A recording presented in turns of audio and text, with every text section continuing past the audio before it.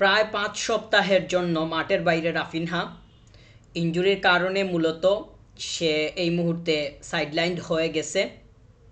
ব্রাজিলের ম্যাচ ছিল ফ্রান্সের এগেনস্টে, ওই ম্যাচটাতে তাকে নামানো হয়। মূলত সমস্যার উৎপত্তি ওই জায়গা থেকেই, যদিও আগেও সমস্যা ছিল, এবং আগের সমস্যা থাকার কারণে এখন এসে একটু চোট পাওয়ার কারণে সেটা একটু সিরিয়াসনেসের দিকে চলে গেছে। তো ৫ সপ্তাহ মাঠের বাইরে থাকাটা বার্সার জন্য বিপজ্জনক।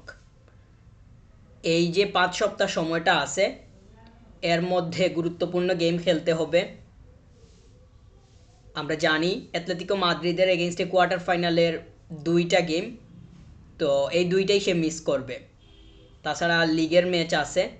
এই যে ম্যাচগুলা মিস করতে যাইতেছে, মোটেই ভালো কোনো কিছু হচ্ছে না। একদম বিষয়টা একদম বিভ্রান্তিকর, বিরক্তিকর, কোনোভাবেই গ্রহণযোগ্যতা পাওয়ার মতো না। তো রাফিনহা এর কিছু সমস্যা আছে, কিংবা তার যে সিনড্রোমটা প্রবলেমেটিক সিনড্রোম এটা ছিল। এই সিজনের শুরুর দিকে সে 2 মাস মাঠের বাইরে থাকে। সমস্যা সমস্যাপূর্ণ জায়গাতে আবারও চোট পাওয়ার কারণে এটা আবার দেখা দিছে। তো সে তার ন্যাশনাল টিমের সাথে অ্যাড হবে, এইটা নিয়ে আমার কোনো কথা নাই। এইটা নিয়ে আমার কোনো প্রশ্ন নাই। ন্যাশনাল টিমের সাথে অ্যাড হবে, সেখানে ম্যাচ খেলবে, দ্যাটস ফাইন। কিন্তু ম্যানেজমেন্ট তো খুবই দক্ষতা প্রমাণ করতে হবে, বা নিজের প্রফেশনালিজমটা খুবই সাবলীলভাবে উপস্থাপন করতে হবে। আমি ব্রাজিলের ম্যানেজমেন্ট নিয়ে কথা বলবো। তারা জানে, খুব ভালোভাবেই জানে যে রাফিনহা এর বর্তমান কন্ডিশনটা কেমন, কিংবা সিজনে শুরু থেকে এখন পর্যন্ত সে কোন অবস্থায় আছে, তার সিজনের শুরুটা কেমন হয়েছে, সে কতটুকু সময় মাঠের বাইরে ছিল, পরে আবার কিভাবে ফিরে আসছে, এগুলো তো তাদের ধারণার বাইরে থাকার কথা না, এগুলো তো ধারণার ভেতরেই থাকার কথা। তো অবশ্য তারা এগুলো সম্পর্কে অবগত। তো অবগত হওয়ার পরেও তারা যেহেতু জানে সামনে ওয়ার্ল্ড কাপ আছে, মানে তাদের কথা বলতেছি, তাদের ওয়ার্ল্ড কাপে তো পার্টিসিপেট করতে হবে। রাফিনহাকে ছাড়া কি তারা পার্টিসিপেট করতে চায়? ব্রাজিল কি রাফাকে ছাড়া পার্টিসিপেট করতে চায়? তারা কি মানে প্লেয়ারকে রেস্ট দেয়া কিংবা সেভ করে রাখা এটার দিকে মনোযোগ দিবে না? রাফিনহাকে কি শুধু বার্সার প্রয়োজন? তাদের প্রয়োজন নাই?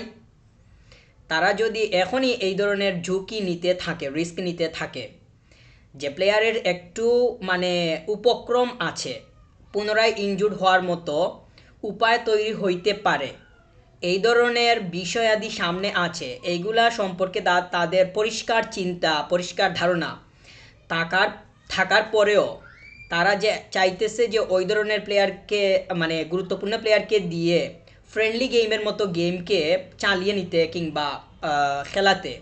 তো তারা কি মানে সেটা চায় যে ফ্রেন্ডলি গেম খেলে এই ধরনের প্লেয়ার ইনজুর্ড হোক আর ওয়ার্ল্ড কাপ মিস করুক? এখন যে রাফা ইনজুর্ড হইল, এই ইনজুরির ফলটা ভোগ করতে হবে বার্সাকে, আমাদেরকে। আমি কোনোভাবেই প্রশ্ন তুলব না যে সে কেন ন্যাশনাল টিমে অ্যাড হইলো, এটা সেটা এগুলো না।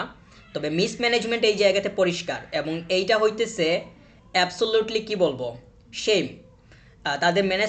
তাদের ম্যানেজমেন্ট যে খুবই প্রফেশনালি আগাইতেছে ব্রাজিলের ম্যানেজমেন্ট মনে হচ্ছে না, কারণ তারা মনে করতেছে রাফাকে তাদের প্রয়োজন নাই।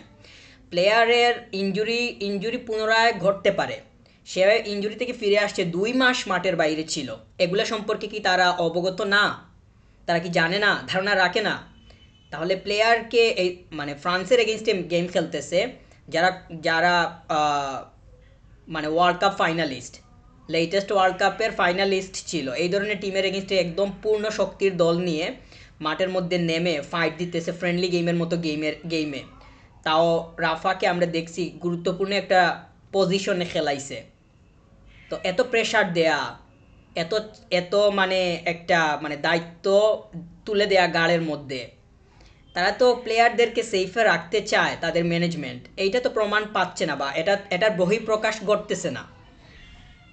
ন্যাশনাল টিমে অ্যাড হবে, খেলবে, এটা তো মানে এইটা নিয়ে তো কারো কোনো প্রশ্ন নাই, বা এটা নিয়ে তো প্রশ্ন তোলার মতো কোনো সুযোগও নাই। প্লেয়ারের যতক্ষণ পর্যন্ত সহ্য ক্ষমতা আছে ততক্ষণ পর্যন্ত সে তার দেশের হয়ে মাঠে নামতে চাইবে, এটা খুবই স্বাভাবিক, সিম্পল থিওরি। কিন্তু প্লেয়ারকে পরিষ্কারভাবে দেখা যাচ্ছে যে এই মুহূর্তে যদি প্রেশার দেওয়া হয় তাহলে ইনজুর হওয়ার সম্ভাবনা আছে।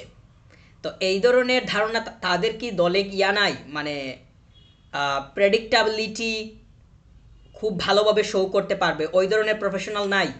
অবশ্যই আছে, কিন্তু সেইটা যে খুব ভালোভাবে ওয়ার্কআউট করতেছে সেইটা আমরা দেখতেছি না।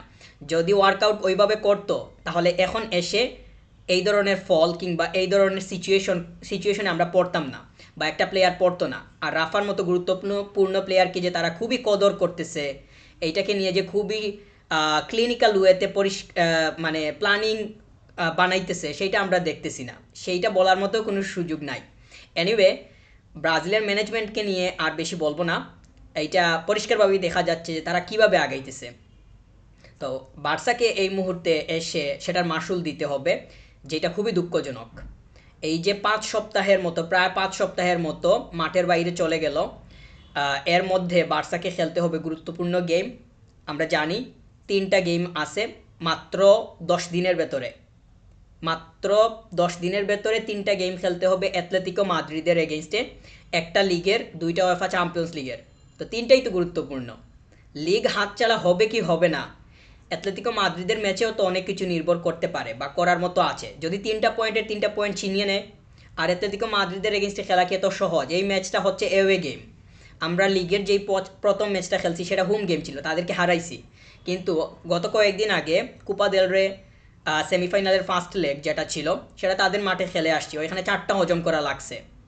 তো লিগের ম্যাচে এখন আবার এওয়ে গেম, তো রাফাকে ছাড়া খেলতে হবে। এইটা তো এই বার্সার জন্য রাফিনহা, ইয়ামাল, পেদ্রি এরা কতটুকু ক্রুশাল সেইটা বার্সার ফ্যান ছাড়া অন্য কেউ উপলব্ধি করতে পারবে না, করার মতো অবস্থায়ও কেউ নাই।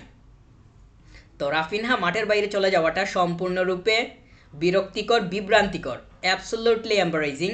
এইটা কোনোভাবেই গ্রহণ করার মতো না। তবে রিয়ালিটি তো মানতে হবে, যেটা ঘটে গেছে। এখন প্লেয়ার তো হসপিটালাইজড হওয়ার মতো অবস্থা, কিংবা হসপিটালে চলে গেছে, হসপিটাল থেকে নিয়ে এসে তো মাঠে নামানো যাবে না, তাকে তো ওইখানেই রাখতে হবে, রিকভার করে তারপরেই ফিরে আসবে। তো এর মধ্যে গুরুত্বপূর্ণ গেম আছে, সেইগুলা সে মিস করতে যাচ্ছে। আমি গতকালকে একটা রিপোর্ট দেখলাম, সেইটার হিসাব অনুযায়ী আমরা যদি সেমিফাইনালে যাইতে পারি, কোয়ার্টার ফাইনালে অ্যাথলেটিকোকে বিট করা গেলে সেমিফাইনালে যদি যাইতে পারি, তাহলে প্রথম লেগটাও মিস করার সম্ভাবনা তৈরি হইতে পারে। তো সেটা পরের বিষয়, কোয়ার্টার আগে পাড়ি দিতে হবে। এখন রাফিনহা ছাড়াই কোয়ার্টারে মাঠে নামতে হবে, এটাই তো অনেক বেশি। যদিও আমরা দেখতেছি ব্যাকআপ প্লেয়ার রাশফোর্ড সে আছে, রাশফোর্ডের জন্য বিশাল সুযোগ, সেটা নিয়ে আমার কথা আছে, আমি কথা বলবো। তবে রাফিনহা এই মুহূর্তে বাইরে চলে যাওয়াটা যথাযথভাবে গ্রহণযোগ্য না।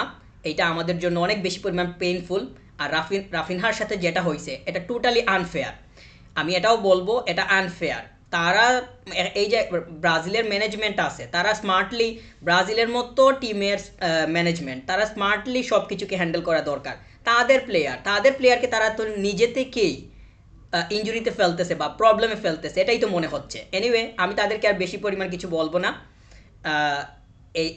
এই যে রাফিনহা ইনজুর্ড হওয়াটা, এইটা বার্সাকে ভুগাবে, এবং আমি আশা করতেছি যে যাতে ব্যাকআপ প্লেয়ার খুব ভালোভাবে চালিয়ে নেয়। দেখা যাক কি হয়। Thank you very much. Subscribe.